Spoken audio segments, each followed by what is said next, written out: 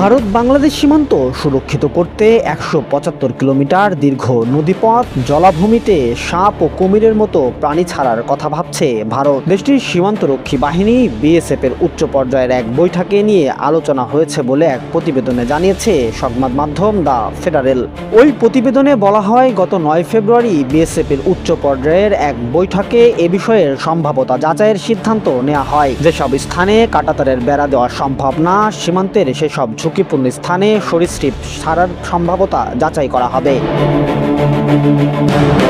প্রতিবেদন বলছে, সীমান্তের কিছু গুরুত্বপূর্ণ অংশে নজরদারি, ড্রোন, জিপিএস সমর্থিত ট্র্যাকিং ও লোকেটিং গ্যাজেট এবং থার্মাল ইমেজারের মতো উন্নত প্রযুক্তিও ব্যবহৃত হচ্ছে। এছাড়া সীমান্তের কিছু অংশে অবৈধ চলাচল ঠেকাতে বিদ্যুতায়িত করেছে বিএসএফ।